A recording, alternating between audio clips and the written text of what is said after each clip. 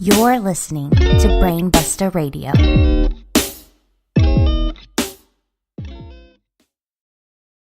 Hey, yo, Josh, let me get a little bit of reverb.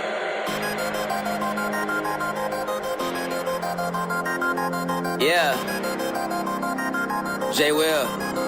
Yeah, I'm about that lifestyle. I talk green work, repping it all over. It's right on the t-shirt. Fan for a lifetime. Yeah, that's a long pass. Figure I would show some love right on the podcast. Turn this up loud and make sure you don't do nothing else. Cause if you're listening to us, then you're improving your health. My name is Jay Will. Welcome to the show, yeah. Wrestle, flow, yeah. What is up, everybody? This is Wrestling Reverb.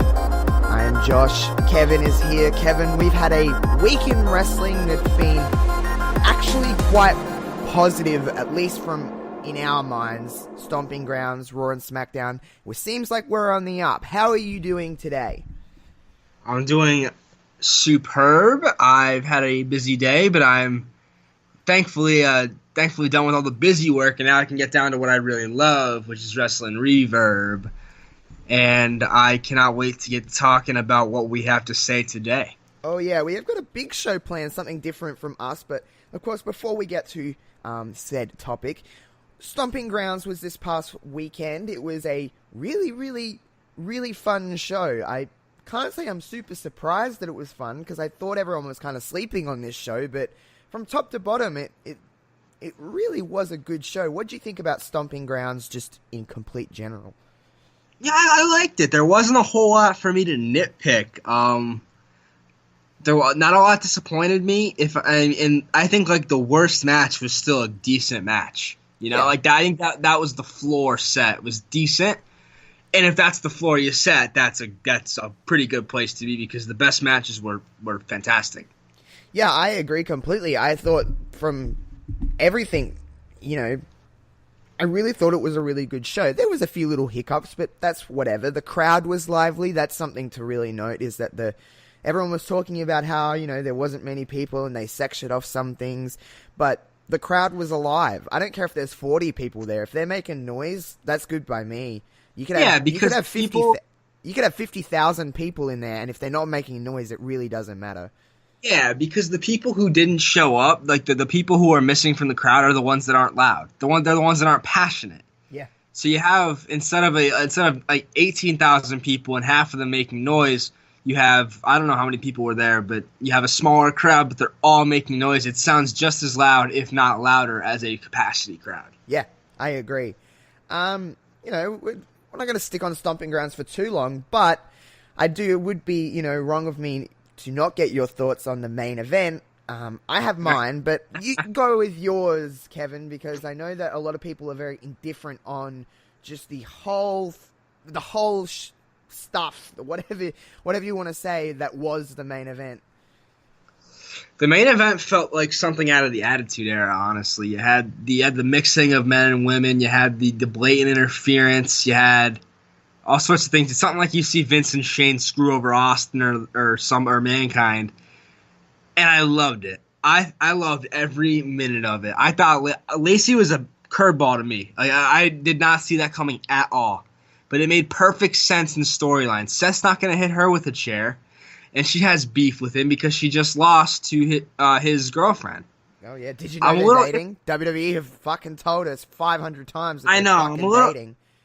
If they made it like subtle, I wouldn't mind, because I don't mind a good relationship angle, but the fact that they're beating us over the head with it is a little much. But I don't really mind it, and I like the way they're playing it up as they're both champions. So they're both targets. It makes sense that way. It's not like one of them is that much above the other. They're both pretty equal. They're the top men and women in the company right now.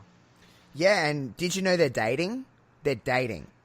That's Seth's girlfriend. That's Seth's girlfriend and Becky's boyfriend. They're dating. Did you know they were dating? Well, it's not like they've told me. They've really hid it underneath, but they're dating. I think it's safe to say they're dating. It's something only people in the know know. I have no problem with it. Like, okay, relationship angles can go a little bit very quickly if it's not handled correctly. I think they're handling it correctly. aside from the fact that they're telling us every 5 minutes that they're dating. But it is being handled correctly. You are right. They are the top men and women in the company. If you just look from a title standpoint, they are too. But I actually agree with you completely. Lacey was a curveball. I definitely didn't pick Lacey, but when she was kind of, they made the announcement, I was like, well, yeah, why wouldn't she be the referee? Yeah, right? That's exactly how it was. From a kayfabe standpoint, you're right. Seth's not going to hit Lacey with a chair. Baron has got somebody that it is already really underneath Seth's skin by association.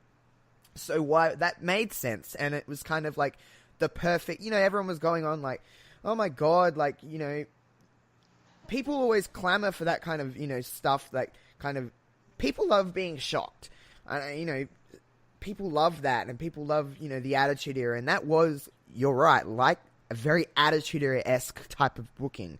It was a little off the center of the page. It was very heel-based, with the face getting the ultimate comeuppance. So I really don't, I don't have any problem with it. It was cool. Winner take all is fine for Extreme Rules. It is what it is. Mixed tag matches are very limited. Mixed tag matches are so limited in what you can and can't do. But it is fine. Do you think that's going to be the main event of Extreme Rules? Because, I do, but I don't necessarily think that it will be, a tag match ending a show is different for me. I don't know. It doesn't happen. It doesn't. Doesn't happen much anyway. There's only been a handful of winner-take-all kind of matches that I can think of, but it's fine. The story is fine. I think it's just a little bit of stalling to get to SummerSlam, to be completely honest. I think Seth and Becky get new opponents come SummerSlam, because I don't think Lacey and Baron are winning this at all. But, it's fine. It kind of gets a little bit of a push on them too as well, because Lacey and Baron don't really hurt from losing. I don't think. They don't. They're heels. No. They're getting a lot of the they're getting a lot of shots in. I'm gonna put it that way. But it was fun. I thought the whole show. I thought, what kind of, out of Stomping Grounds, what kind of stole the show for you? Ricochet, Samoa Joe. I thought, and I'm not surprised by it. The United States Championship match. I picked Ricochet to win on the stream of positivity that we ran on Brainbusta TV just hours before.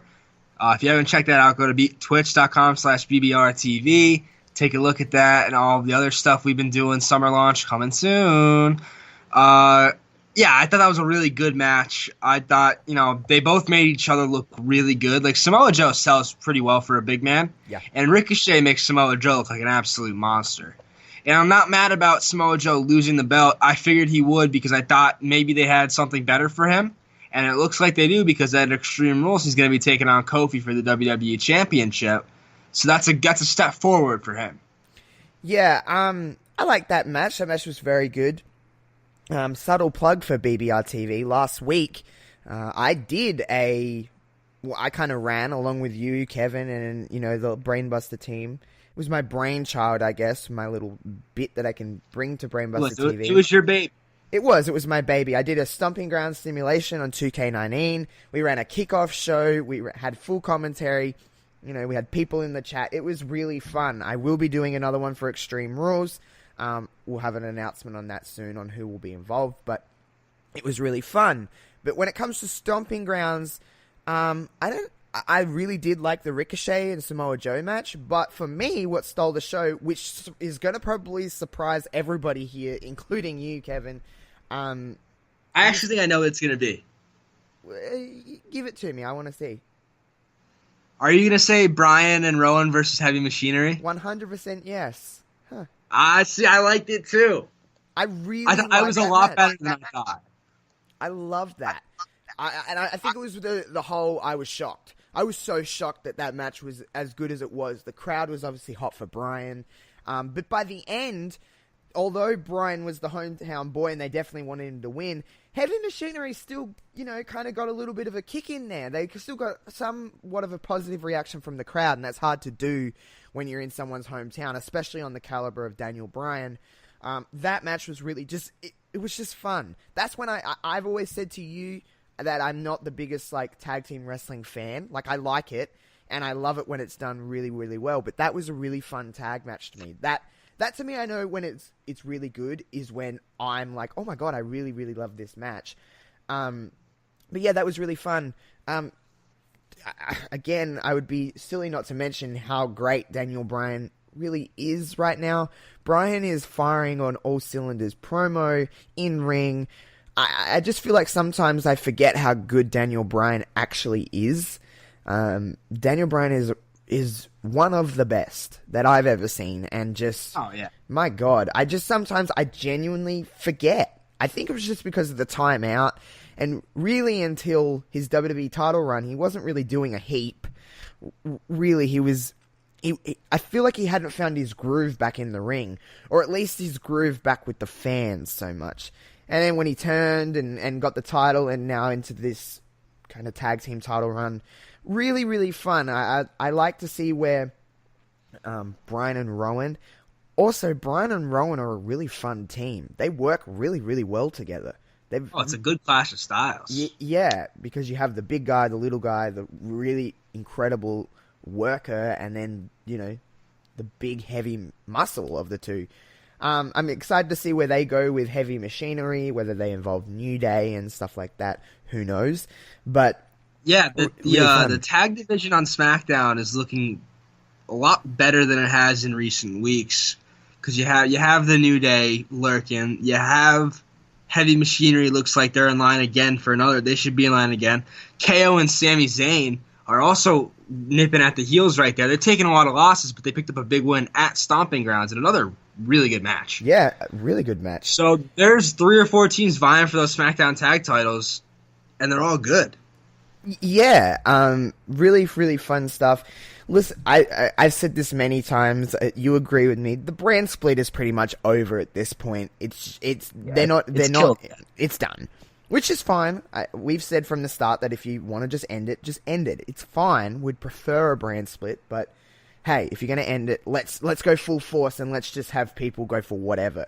But I did want to bring up Alexa Bliss, Nikki Cross, Bayley. Their match at Stomping Grounds was fine. I probably expected a little bit more. I'm pretty safe to say that you probably did as well, Kevin. Yes. Yeah. It was still fine. It wasn't bad at all. It got the story where it needs to go. But I put this on Twitter yesterday. I don't know if you've seen it or not, but I think Bliss wins the title from Bayley at Extreme Rules.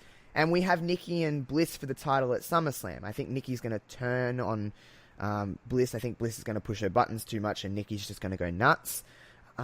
This is low-key being a really fantastic build for Nikki, for Bliss. It's a different kind of story. People always clamor for, especially with the women, because everyone says that the women don't get enough story behind the title matches. This is like a story.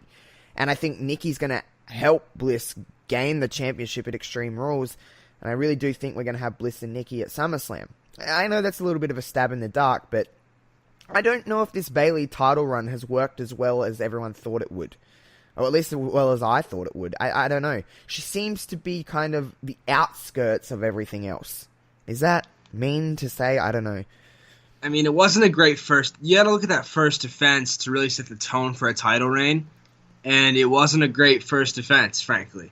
I think it's still too early to tell with Bayley, and I'd like to see her have a long title reign. But I say this a lot on the show, but the dynamics of it all. I was tripping over my words there. The dynamics of it all. Bayley's a face. They're not built for long title reigns unless your name is John Cena. So I don't see her holding the title much longer either. I don't know about Extreme Rules, and I don't know about Bliss, but I don't know if she's long for that title. Yeah, we'll see where it goes. Nonetheless, I'm enjoying the storyline that's kind of going on with these three. I actually really think it's a really cool story, and I'm excited to see where that goes. But Raw and SmackDown happened this week. I feel like we've had better shows from the WWE in the last 2 or 3 weeks. The last 3 Raws I've actually really enjoyed. And Stomping Grounds is... Listen, there's not a problem with WWE pay-per-views for the most part, I don't think. Pay-per-views are delivering. It's the weekly shows that need some help. But the last few have been really, really, really fun. And that's a good thing. Before we move on to our topic... You probably noticed this. Well, 2 things. Firstly, how fun is the 24/7 championship really becoming? Like, it's really kind of outgrowing my expectations. Like, all those title changes. I want that. I want silliness. We've had weddings, and Drake Maverick has been just a wonderful addition to all of this, and R-Truth is just amazing with Mella, and you had EC3 and Cedric Alexander in it. Really fun from the 24/7 championship. So first and foremost, I know you'd be enjoying that, but is it kind of blowing you out of the water as well? I honestly, I did miss Raw this week, so I didn't catch that hot potato segment. I mean, I knew what happened, obviously. Monday was my birthday, for those listening, and I had a few beverages to celebrate. So I was not watching Raw. I watched SmackDown, and that line, R-Truth drops, "I love this title more than you love your wife." I was dying. And Drake Maverick is so good. Drake Maverick's promo right before that, where he talks basically like, "Truth, you ruined my life." Yeah. I feel for him. I feel bad for him. Me too. I almost so wanted does Truth Mella. to end up with the title. But it was amazing. It was so good. It was really so good. Oh man, it was so fun. And the only other thing that I have to mention, it kind of ties in with the 24/7 stuff because it was involved in some way and some other backstage segments, is of course we had a few little appearances from Abby the Witch and Ramblin' Rabbit. You obviously noticed that. It was all over the internet. But, man, people always clamor about how WWE is not creative with some things. They are doing some different shit right now. And that's cool. Like, what a cool little way. Like, not everybody has to notice that. Not everybody will notice that. I mean, I didn't notice it until people pointed it out to me. And I'm glad we have those people that catch those things. Because I didn't catch the rabbit on SmackDown until I saw it on Twitter. And I obviously saw the things from Raw on Twitter as well. Yeah. This is what we needed. We needed WWE to think outside the box and try different things. And between the 24/7 title, the Wyatt stuff, the Nikki Cross angle, while it's not my favorite, is definitely different. And it all seems to be working.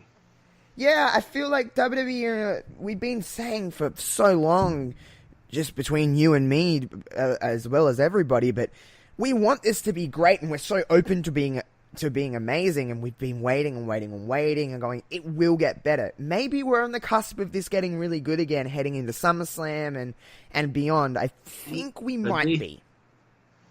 I think. I 100% agree. I think we could be on the cusp of something great. Yeah. Everything just seems to be clicking, and with WWE, I've noticed the pattern with their kind of creative stuff is when they find something good, it's kind of a domino effect. Everything becomes good. At least with my experience watching wrestling, I've noticed that when something's really great, everything seems to kind of follow, which is especially when it's cohesive, which is what we're sort of sliding back into now. That cohesion, everything flows into one another really well. Stories are overlapping and interlocking, and I think it's really great. Yeah, there's obviously benefits of not having a brand split, is because you can kind of run everything on all the shows. You can use talent freely. You can have a lot more fresh matchups. There is benefits of not having a brand split. Don't get me wrong. And you don't have to devalue one of the shows either by not having a brand split. Like last time they combined the brands, SmackDown became like the definitive B show. That doesn't have to happen. And it can't. You could run fresh segments on SmackDown and not be a repeat show without while having the same talent pool. You could just put different people on different shows. You could still do that without having a quote-unquote brand split. And you could keep both shows relevant and important because that's what they need to do, especially with SmackDown moving to Fox. Yeah, they can't be singling out a show here. They've got to make both great. And the beauty of WWE is that while SmackDown is going to Fox, it does have to be a very big focal point of their attention. They're not going to, make Raw the B show because it is their flagship. No matter what network SmackDown's on, Raw's still their bread and butter. So, I mean, they're not going to make Raw the B show or SmackDown the B show being on Fox. They have to step up their game, and that's what they're doing.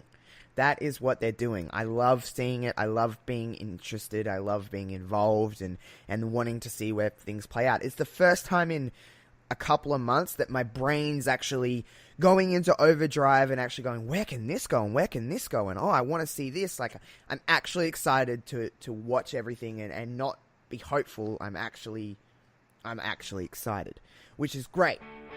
Hey everybody, Big Paul's on a Pup JPQ from No Particular Angle, and this is the Wrestling Reverb on Brainbusta Radio. And speaking of excited, we do have a big plan for today's show. I went through so many different ideas on what I wanted to involve this specific thing that I'm going to mention in a minute. And I was just racking my brain. And finally, yesterday, I just messaged Kevin on Twitter, and I was like, hey, want to do this? And, of course, you were all for it. You're always down like a clown. But I wanted to... listen, hey, calm down. I wanted to talk about Evolution. Last year, WWE Evolution happened, and I think it was hands down the best pay-per-view WWE have put on, I mean, in recent memory. I thought that show was fantastic. Everything just fell into place really nicely. Was one of my favorite shows, maybe, that I've ever watched, really. But we won't get into that. But first and foremost, we weren't I was podcasting, but we didn't know each other when Evolution was happening and taking place. I mean, I'm pretty sure I know... yeah, we were. I'm pretty sure I know what you're going to say, but how do you feel about Evolution then and kind of now? I enjoyed it very thoroughly. Thought the Becky Charlotte match was the best women's match I've ever seen. Or at least 1A and 1B with Sasha Bailey. But yeah, I mean, it's a great But match. not just that. The main event delivered. Rousey and Nikki Bella, which a lot of people gave a lot of crap about. And it was a good match. The Battle Royal was fun, even though I think the wrong person won. I think it should have been Ember Moon, but I'm not salty. She had a good Battle Royal. It was a fantastic Battle Royal. Me included, were not really sweet on the idea of that Battle Royal, but if you're going to do a Battle Royal, that should be the fucking template, because that was real good. Oh yeah, and you had cool face-offs between the legends and the current stars. You had Trish and Lita teaming up to take on Bliss and James and Fox with Bliss at ringside. A lot of good stuff. A six-woman tag that was like off the charts good. Yeah, that no one blew me out of the water. That match. Like if they had the freedom to do things that they don't normally have on pay-per-views, and I loved it. It was. Then you had the NXT Women's Title match, which was good. The only thing that really disappointed me, and it wasn't that it was bad, it just wasn't as good as I thought it could be, was Storm and Shirai for the Young Classic final. I thought that was going to steal the show. Yeah, I thought that was going to be the match of the night. It was still fine. I've watched Evolution many times over, and that match is still really good.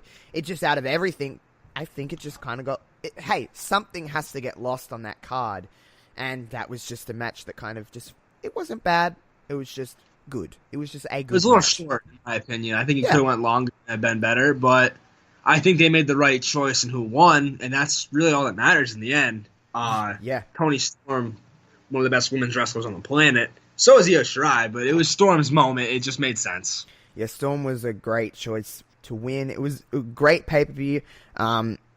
You're right about Ronda and Nikki. It did deliver.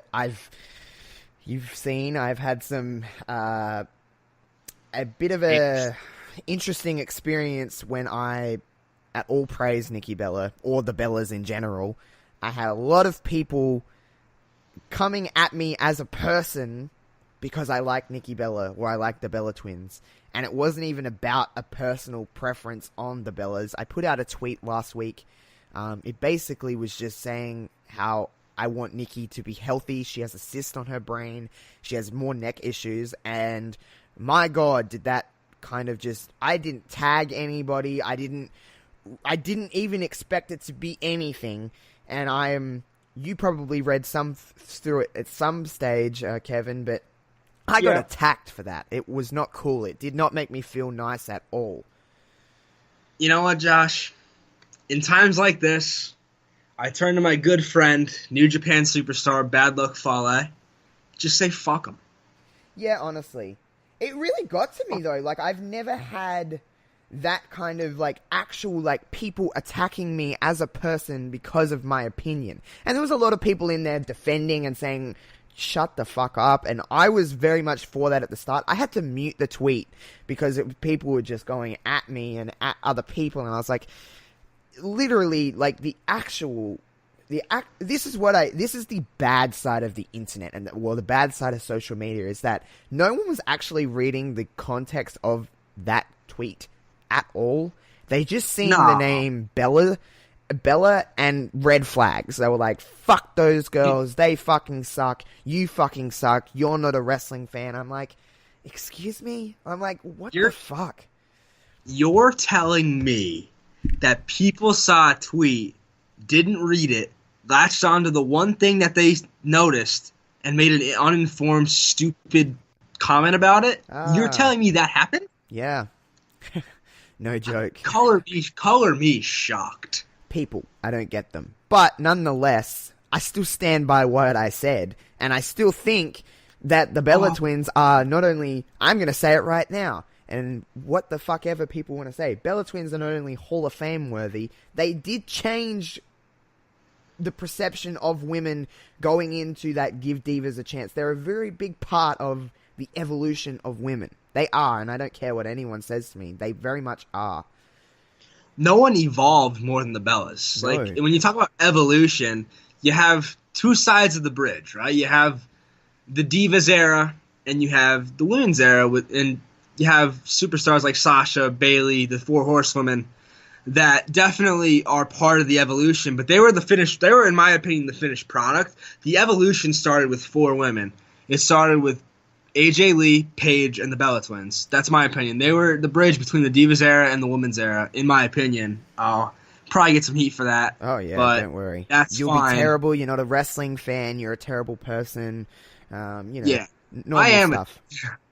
Tell me something I don't know, Internet. But yeah, I just was like, some people, whatever. But anyway, Evolution was a great show, and there's been a lot of rumbling around. You've probably seen it as well, Kevin, is that a lot of people are clamoring for an Evolution2. I always thought that we would get another one, but it doesn't seem that way, at least this year. So, before we actually get in what we're going to do today, when I say Evolution2, does that ring a bell for you? Is that something you want to see? Fuck yeah. Yeah. I do as well. When you have such a great pay-per-view, the next thing you want to do is follow it up, right? And I the only argument against it that I could think people would have, and it's not one that I have, but I could see people saying this, is that it devalues the idea of it. Yeah. But it doesn't, because it's just a regular pay-per-view with only women. It's not like this big crazy thing. It should be the norm, honestly. There should be more of these. Yeah. There should be tons of these.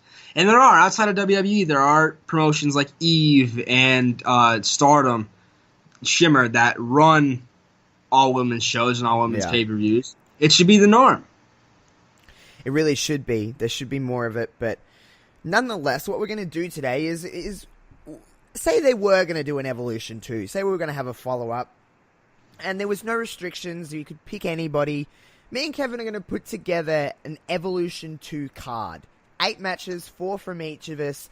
We're going to try to decide what would open, what would close. And we're going to try and really make our version of the perfect Evolution card. Kevin, I'll let you go first. What's your first match that you have in the works? We'll build up to your main event nonetheless, but what's your first match? Build up to the main event? Yeah. I just want to clarify how we're doing this. Yeah, build up to the main event. Main event will say last. Okay. So, right off the bat, I sort of cheated. Oh. I took this as a hypothetical. Say Evolution 2 happens like 3-4 years down the line. Okay. There could be new superstars in the WWE. So my opener match that'll be great. Get the crowd hot. Charlotte Flair versus Tessa Blanchard. Ooh. In the ultimate battle of the birthright. Who could carry their father's name better? Two of the arguably, possibly, my opinion, the two best women's wrestlers on the planet. Okay.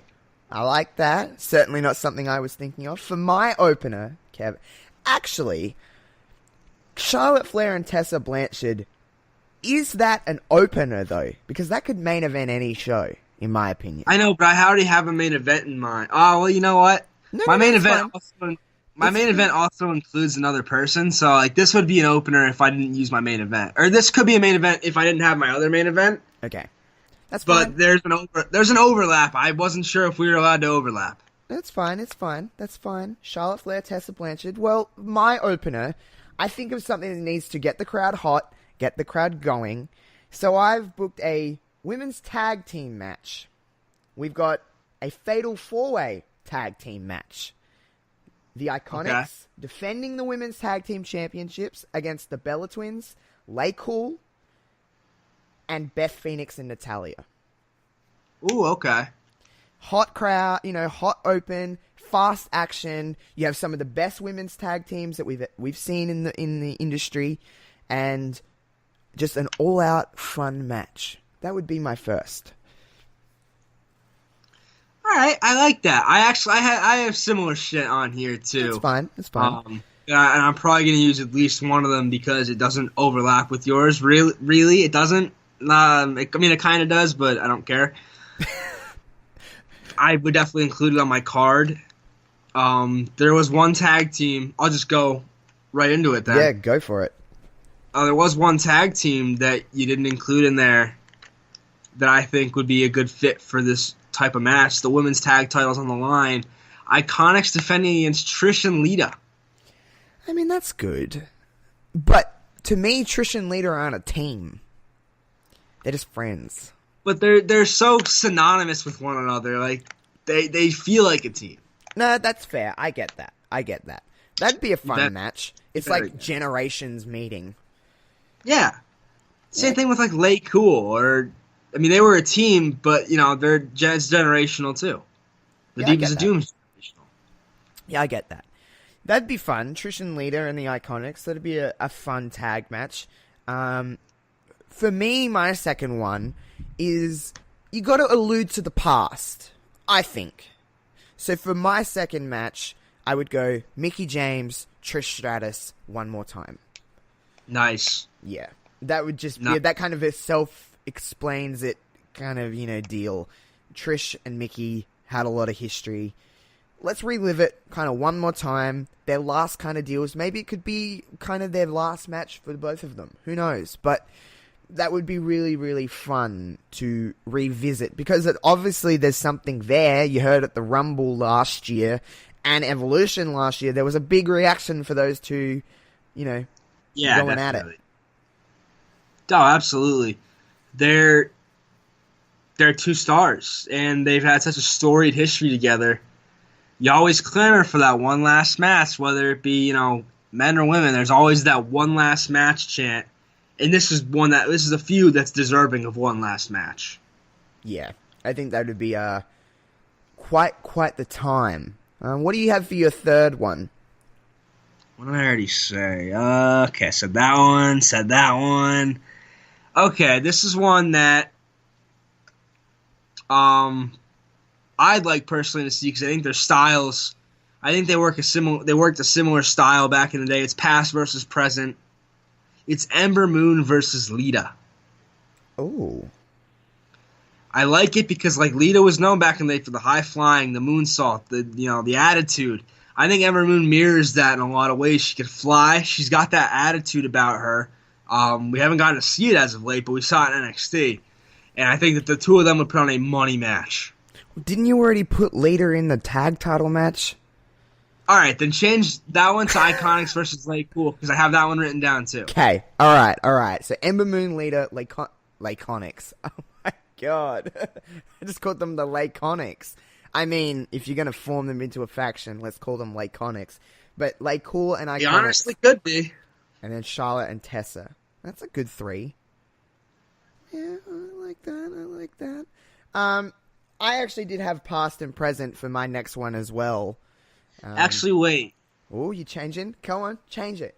Do it. I actually have to knock, because I include Charlotte in my main event, so I'm going to knock that match out. Okay. And I'm going to throw in a match that easily could main event the show, but I feel like right now it wouldn't. Ronda Rousey versus Asuka. That's a match that we never seen. I know, it's a match that we could see. Well, but I don't think we will ever see, because I'm not sure about Ronda Rousey's status. And Asuka's been sort of, not downgraded, but she's doing other things right now. She's focused on the tag team scene. Yeah. But I think that's a match that everyone would like to see. Yeah, I think that would be really, really fun. That would be really fun. Very hard hitting. I don't think they'd be afraid to hit each other at all. But yeah, okay. You got a good little card. I like it. For my third match, we're going a triple threat match. It is Asuka, Kairi Sane, Gail Kim. Oh! Yeah, you okay, thought I was going to say Io, but I did not say Io. I want Gail in there. A little past and present kind of deal. Got a lot of very similar, unique styles. A lot of opinionated kind of people in there with Gail Kim and stuff like that. A clash of kind of that kind of generation kind of deal. I like that idea of those three. Yeah, it ain't bad. I mean, I like it. Gail Kim definitely threw me for a loop, but I like that. You're thinking outside the box. Yeah, something different. I don't think a lot of people, it's easy to say Asuka, Kairi, Io. But Io's not someone that I think is quite on that there yet. She will get there, but not yet. I think Gail is someone that's just would be perfect in that. Could kind of, they could weave it all together, and I think it would be a really fun triple threat match. It could be. Unfortunately, Gail hates the WWE, it seems. So yeah, she doesn't love it. No. So this is why we're doing dream matches, folks. Yeah. In our dreams, they're happening. What about for your main? My main event? I think it's kind of obvious. For a unified women's championship, combining the belts, Bayley versus Banks versus Charlotte versus Becky. Yeah, Fatal 4-way. Combine the belts, make it one big belt, have the greatest women's match that I've ever seen, and just go for it. The match has happened, but it was in NXT. Yeah, it has. I obviously put that down on my list. Don't worry. But I mean, nonetheless, it would be a fantastic match because they've evolved so much since NXT. They're such different competitors now. They're all different. All of them. There's no one really the same. And that's a good thing. I think that would be really, really, really, really fun. It obviously would be very fast-paced, very good. They would have a lot of time to tell their story. And it would just be kind of the ultimate match, if you will. But to counteract that, I will go with the other obvious choice, and it is, of course, 4 horsewomen versus 4 horsewomen. Yeah, that was my other choice as well. It is a main event in any capacity. I think it is. Do I think it would be the greatest match ever? No, but sometimes hype and just build behind something can outlive the actual wrestling that goes on in the match. Imagine the crowd in that match. You had some kind of elimination stip, or you could just have 4-on-4. It really would be, nonetheless, it would be really fun. And I just think it is a match that would be, if we were actually booking WWE and all the pieces were there, it'd be silly not to do that match. Really. There's a lot of money in it. Regardless of what your opinion is on the It's a match that has to happen, whether it be at Evolution, Survivor Series, or anywhere. It's a match that has to happen. Yeah, it really, I really hope all the puzzle pieces can fall into place for that. But to book an Evolution, I think, a lot of people, I think the idea of Evolution2 and I don't read it. I don't believe everything I read, but a lot of it was they can't sell it without Ronda Rousey, which I think is a big joke to me. But hey, this is the kind of match that could sell that pay-per-view. 4-on-4, 4 horsemen, 4 horsewomen. There could be a lot of outside appeal on that match, but I think that would be fun. Really, really fun. Yeah. I don't know though, like putting together an Evolution card is not easy because of the stakes that the first one had. The first one was so great. Really, it really was just really good. Do you think that an Evolution2 could exceed the first one, or is the first one just too special? I think it's going to be tough to top the first one. It holds so much gravity, so much weight. It was the first of its kind, and I'm not saying that makes it unbeatable because sequels. There are a lot of sequels that top the originals. Look at Toy Story 3. But Toy Story 3, Toy Story 2, that's a great movie. But they're all. Let's just agree that they're all. I'm great. watching Toy Story 4, so we're airing this on Friday. Of course, you're hearing this on Friday on Brainbusta Radio. I will be watching Toy Story 3 pretty much as this is posted tomorrow. So Toy Story 3. I mean 4, 3, 4. I'm going to the theater, the cinema, the movies, whatever you want to call it. I am going to watch Toy Story 4 tomorrow, and I could not be more fucking excited, to be completely honest with you. I heard it was fantastic. I hear it's sad. That's all I know about it, is that people are like, you're going to fucking cry. And I'm like, ugh. I'm going with my brother and his girlfriend, and she's bringing some tissues. I'm like, thank God. Yeah, I think the last time I cried during a movie was Toy Story 3. My God, when they go into the trash. Incinerator? Oh! I thought I was like, this is the end. This is it. This is how it's going to end. I was gone. I was like, see ya. That hurt me. And then the cried end, more the toys get left with the girl. Yeah. I was like, no, Andy, no, you can't do this. You can't grow up, Andy. What the hell, Andy? Like, oh, man. Pixar movies, dude, they just get me. They really do. We could do a whole another hour. We could do like a whole hour on Pixar movies. The amount of times I cried in Pixar movie. Last March, it was March in college basketball is the biggest month of the year if you're a college basketball fan. So everyone fills out their brackets for this huge 64-team basketball tournament, right? Yeah. You might be aware of it, you might not. I'm aware, yeah. Okay. So that's a big thing in March, and then always in March around that same time, people make brackets of other things. It's a bracket month. Yeah. And I saw one that was a bracket of Disney movies, and Pixar was its own category, and I thought it was like the hardest thing in the world. Oh well, I know what two movies. I know. I have mine in my head what won, but it was so hard to get there. I couldn't always justify movies beating movies. Oh my God, Toy Story 2 is the number one, so let's not go there. I got Toy Story 3 as number one. Oh no, Toy Story. It's like Toy Story 2, Toy Story 1, Toy Story 3 in Toy Story Land. And then I don't know where. That's how I rate the High School Musical movies. 2, 1, 3. No, 3, 2. No, 3, 1, 2. 3, 1, 2. No. Yes. My God, 2's easily the worst one out of the 3. They're all great. Not a chance. Not a chance in hell. Oh my God! What? Like no. 2 is the best one. Oh, well, no. Here's a question for you. If you really want to get into this right now, what's the best non-Toy Story Pixar movie? Because I'm sure we'll fucking argue on that as well. The best non-Toy Story movie? Because I do rate the Toy Story movies very high. Yeah, so do I. So out of all of the Pixar movies that aren't Toy Story movies, what is your favorite? Monsters, Inc. Okay, I can accept that, but I would say Nemo.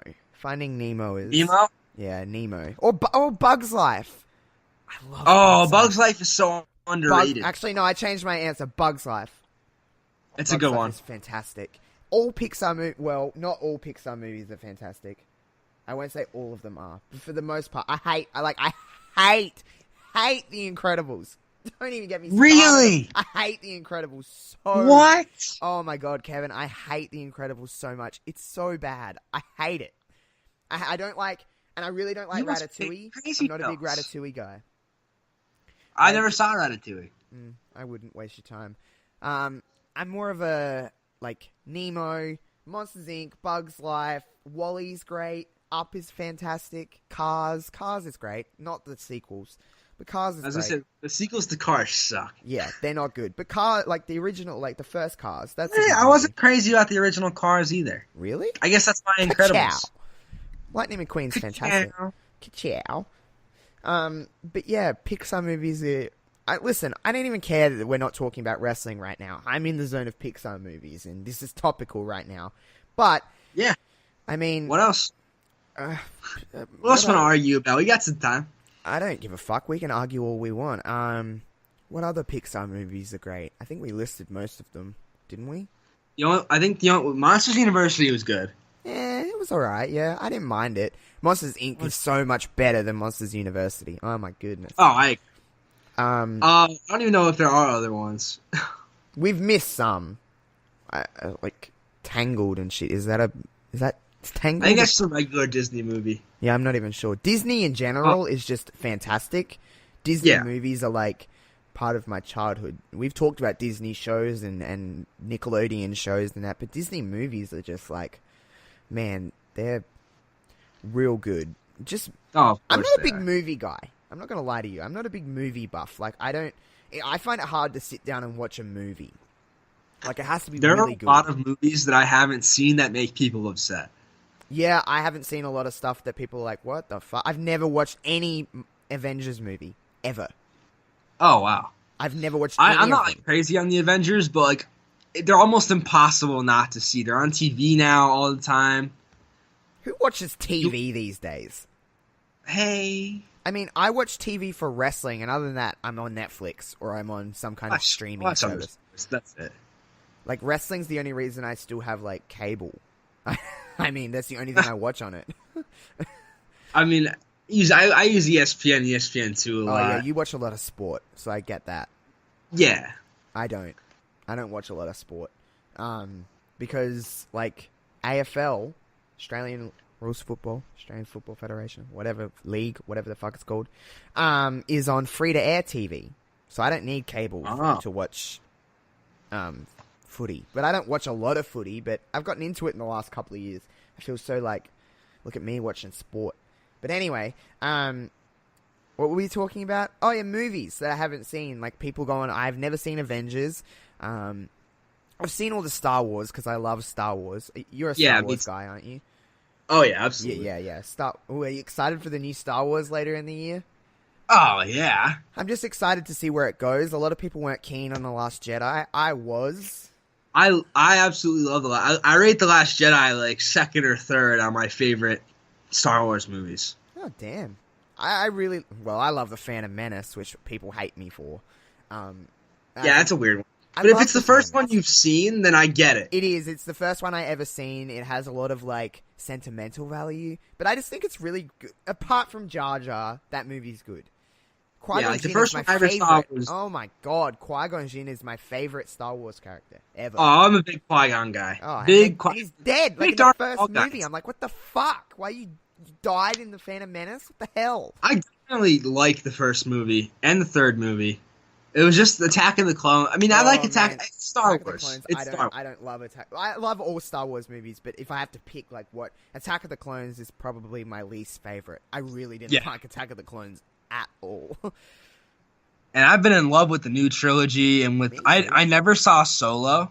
Oh, I did. That movie's real fucking good because I was like, I didn't watch that. That's the only one of the new lot that I haven't watched in the cinemas, and I watched it. You know, when I think I bought it. To be honest with you, and I watched it. I'm like, this movie's really fucking good. You should watch it. It's real good. I'm gonna have to see it. Like, Yeah. I liked episode 7. I loved episode 8. I absolutely positively adored Rogue One. Oh, me too. I thought Rogue One was probably better than The Force Awakens. I think it was better by like a decent margin. It was such a really good story, and like the last 5 minutes or so is just off the charts. Yeah, man, those movies are good. But I'm not a huge movie buff. I'm really not. I have to watch something like... I like... Have you ever watched the movie The Heat with Sandra Bullock and Melissa McCarthy? I've never seen it. It's one of my favorite movies. It's so good. It's such a good movie. The Blinds. I love Sandra Bullock. Sandra Bullock movies to me. Great. Blindside is fantastic. I used to always watch Sandra Bullock movies with my mum when I was a kid. Like Miss Congeniality. What a dang movie. Oh my god, what a movie. It's a total I'll tell chick you right flick. off the bat. Go, what'd you say? It's a total chick flick, but it's fantastic. Oh, yeah. There's nothing wrong with a good chick flick. I love a good chick flick. I'll tell you right now, 3 of those Pixar movies we listed, Up, WALL-E, and...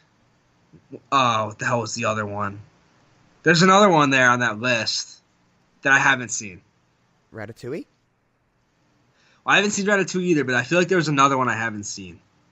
I didn't see Finding Dory, if that counts, but... Oh, I did. I had some opinions on that movie. Oh, boy. It's okay, but, like, no. You know what I think about a lot of Pixar sequels? They're unnecessary. I didn't think Monsters U was necessary. I think all the Toy Story sequels are necessary. I didn't think 3 was necessary. Like, I don't think 4 is necessary, but I'd still watch it if there was a 60th Toy Story. But, yeah. I mean... And 3 was the best one, so... We're not going to get into that right now. We've spiraled off of Evolution2. I mean, holy shit. But, nonetheless, I don't even care. But this is where we're going, but... You know what else I haven't seen that makes... This is the one that people get stuck on the most.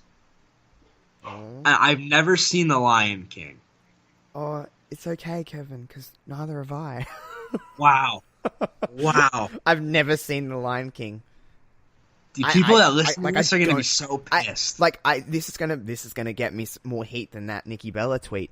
I don't care that there's another Lion King movie. Me neither. I have no interest in seeing it whatsoever. Like I haven't watched the new Aladdin. I've watched Aladdin years and years ago, but yeah, I've never watched saw the Lion King. Aladdin. Oh no. Never saw Tarzan. Never saw Hercules. Oh no, I've seen Hercules. Oh my god. I used to have a Hercules game on PlayStation 1. That was the hardest motherfucking game I've ever played. Oh my god, did that just...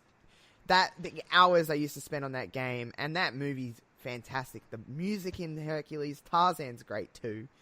Oh, yeah, no. never seen it. Don't really care to see him either. Oh no, Kev. I'll agree with you on The Lion King. I've never watched it. I don't plan on watching it. I don't care. No, I don't care.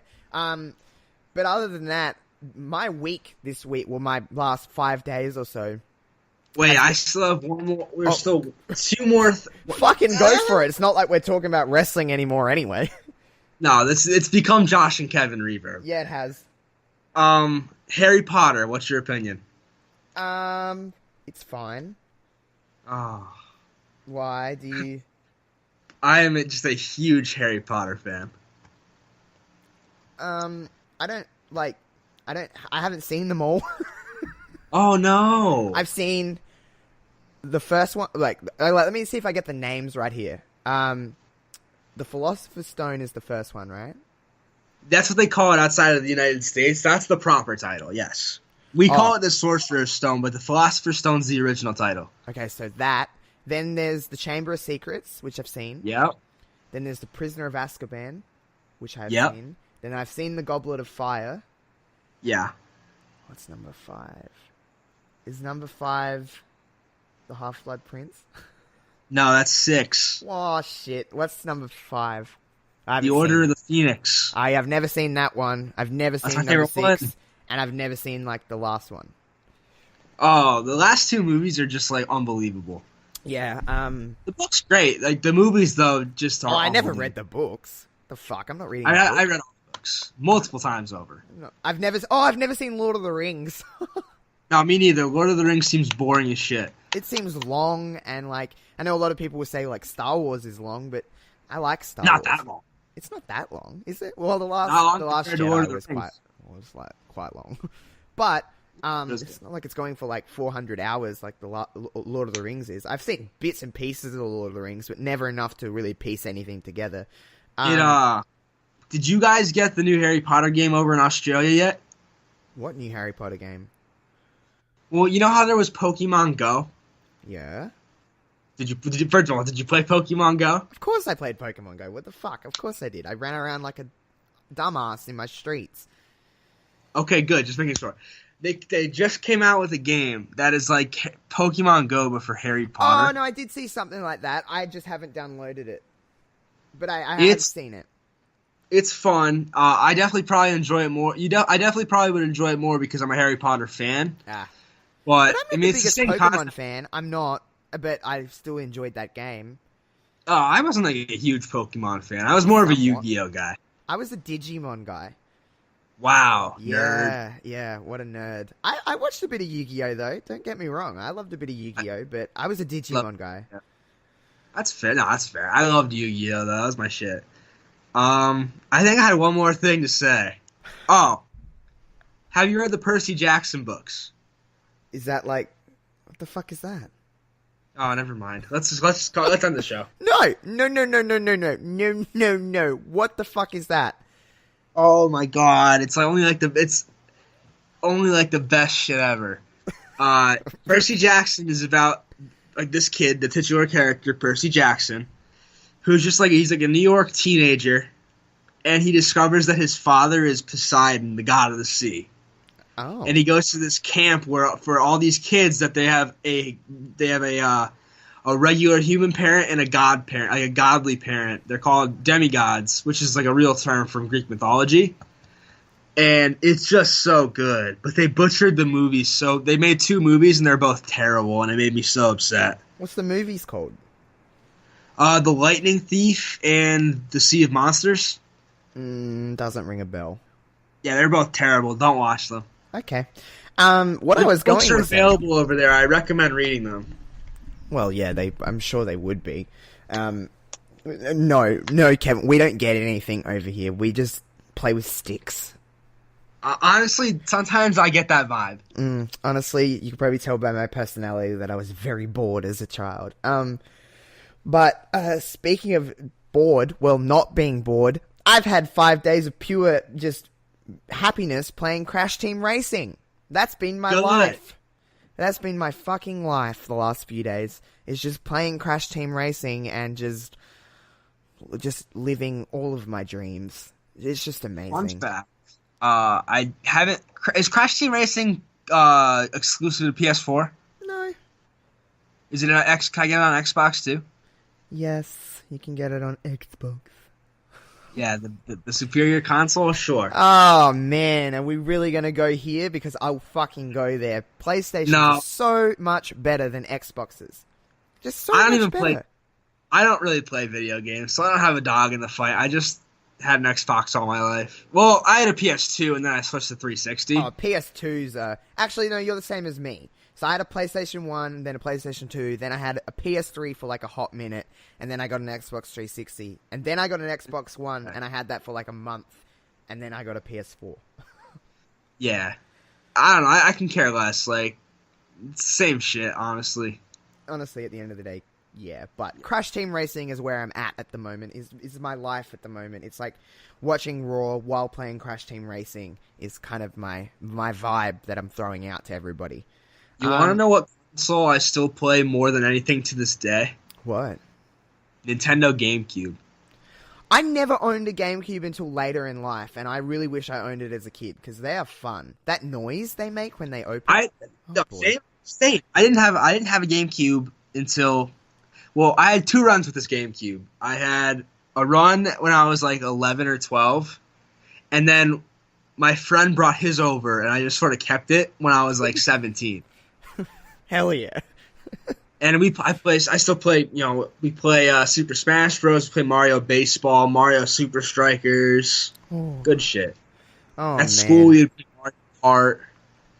Oh my god. Nintendo 64 is still like a go-to for me. I love a Nintendo 64. Yeah. Mario Party. That was what I was, yeah, right? That's what I was alluding to before, is that the other night, Monday night, for my birthday, went out to the bar, and one of the guys who, he's a regular there, and I know him pretty well, he brought a Nintendo 64 and hooked it up to the barroom Oh TV. my god, yes!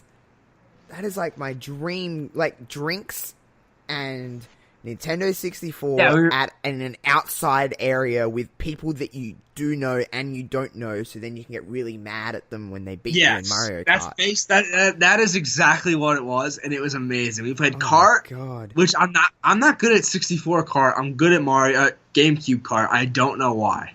Oh, so but that's funny because I'm pretty good at 64 Mario Kart, but I'm terrible at the Wii version. I had that on the Nintendo Wii, and oh my god, I was bad at it. Yeah, I haven't played the Wii version in a while. I think I was like fairly decent at it, like average, I'd say. But we played that, and we played Mario Tennis, which I am an absolute fiend at. Oh, I'm a beast at Mario Tennis. Oh my god. Oh my god. I love some Mario Tennis. Mario Party, Pokemon Stadium 2 is a game that I used to always play. The mini games in that fucking game were bowling. Oh my god. I love all the Pokemon games. Coliseum, Stadium 2. Snap? Did you ever play Pokemon Snap where you took pictures of the Pokemon? Please tell me you did. Oh my god. You throw apples at the Pokemon and you got to get really good pictures and they rate them. It sounds really boring, but it's so fun. I was going to say, that sounds kind of stupid. It's so fun. You're in this little thing and you're on this little track and all these Pokemon come out and you got to try and get the rare ones and take pictures. And if they're like shit pictures, the professor's like, fuck off with these pictures. But like if they're good, he's like, I'll give you these many coins. And you're like, fuck yeah. And you unlock stages. It's actual like bowling. Anyone that's listening to this right now that used to play Pokemon Snap, tweet me at JoshRobinson00. Tweet me about Pokemon Snap because I will happily talk about that game for ages. And I want y'all to tweet me if you've read the Percy Jackson series of books. Yeah, do that. This has probably been the most off the cusp kind of just crazy, I'm not sure where this is kind of going episode of this show ever. But I'm not mad. And the funny thing is, we had a plan. A lot of times on this show, and I think we've said this before, a lot of times on this show, we go in without much of a plan. We just wing it. Yeah. And it always works out well. This show, we had a concrete plan in place. We executed that plan, and then we went off the walls. Yeah, we just went. We did talk about wrestling. Of course, we talked about Stomping Grounds. We talked about Evolution, Evolution2. We got that in there. We got our shit in there. Please let us know what you think of our card for Evolution, or our individual cards, I guess you would say. Please let us know about that. And talk to us about Pixar movies and whatever, or tweet us whatever, video games. Literally we'll talk to you. Anything we just talked about. Yeah, or anything. We'll talk about anything. Really? I'm literally down to talk about anything. I love to talk. I can't wait till the show drops. My Twitter's going to blow up. Yeah. We'll just have everyone tweeting at us. And in defense of my tweet with Nikki Bella, I stand by you, Nikki and Bree. You do you, okay? You do you. I know they're listening right now because obviously they do. They're big fans. They're big fans of the program. Yeah, well, you know, their podcast isn't amazing, so they've got to listen to something better. Boom! Snap. Damn. Nah, I'm very big fans of those ladies, so I don't really care. But nonetheless, this has been a crazy episode of Wrestling Reverb, or Josh and Kevin Reverb, really. It's been kind of everywhere, but I'm not mad. If this is where this show is kind of heading to, I'm not fucking mad. Right here on Brainbusta Radio, of course. But Kevin, thank you for this week. I needed a good chat. I've had a bit of a shitty couple of weeks. My luck has been out on a lot of things, let's put it that way. But I needed this nice chat about anything. Always here for you, buddy. Yeah, I know. Echoes is the sentiment is completely echoed, of course. But until next time, whoa, hold the phones. Next week is the G1 week on Brainbusta Radio. Now, as everyone knows, I am not the most proficient person when it comes to anything outside of WWE too much. Well, anything in New Japan, I'm not really the smartest person. I don't really know what I'm talking about. So next week, for the G1 week on Wrestling Reverb's part, Kevin will be taking control of this. Kevin's going to be the main man for this because I'm just going to kind of sit here and pop in my little sentiment when I need to, but I don't think I'll really have too much to add, which is fine. I get a little bit of a rest for a week. Kevin's doing all the heavy lifting. Listen, we'll get out a plan. I'm sure Kevin will think of something to do for the G1 week. Yeah, no pressure. I have to think of an idea. Crap. Yeah, you're the ideas, man. You're everything next week. You'll be taking control, taking the reins, taking the hosting spot from me next week. So good fucking luck with that. But Kevin will do a fantastic job, I'm sure. And if not, in 2 weeks' time, we'll have a new co-host on Wrestling Reverb. So that's exciting. Ooh. Oh, man. Wait. Oh. Yeah, I was going to say, ooh, you should be going no. I completely missed the context there. Oh, my God. Yeah. That just went straight over the top of your head. Wow. My Good bad. stuff, Kevin. I'm doing I'm watching a baseball. I just got a notification from Bumble. It said I'm smoother than fine wine. Oh. Gassing me up. That's one person's opinion. It's an app's opinion, Josh, which means it's multitudes of people behind the app. A robot told you you're smooth. Good work. Yeah, well, I nearly forgot. I made sure that I had to put this in here at some point. So, you're probably going to be very surprised about this, Kevin. So I had a little bit of I was bored. Not last night, the night before, and I was like, just, you know when you go into a hole on the internet and you just keep clicking and you're like, you do a nice Google deep dive, if you will, and you just end up somewhere. So somehow I ended up doing some, like, personality quizzes and, different things, and I was like, I don't know why I'm wasting my time doing this, but one come across, it was like, I wouldn't have clicked it if I wasn't talking to all of you guys in the Brainbusta team, and just very, a lot of my Twitter following is not from Australia. So I took a How Australian Are You quiz. Because I was like, how Australian am I? Because last year I've kind of been going through and like, I've got a thick accent apparently. I'm very Australian, blah, blah, blah, blah, blah. So I took a How Australian Are You quiz. I'm 45% Australian. I know nothing. You're a fraud? I'm not even halfway Australian, apparently. I'm a fraud. I don't know anything about this country. I got so many questions wrong. I got so many answers wrong, it's not even funny. Like, I got so much shit wrong that I'm like, I have no idea what that means. There's a lot of terms in there that I was like, I've never, ever heard of that term, ever. 45% Australian, so from your lovely fake Australian friend, I'm not even a real Australian, apparently. Yo, you liar.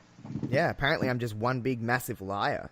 Maybe I should just turn it up now, just be completely Australian all the bloody time.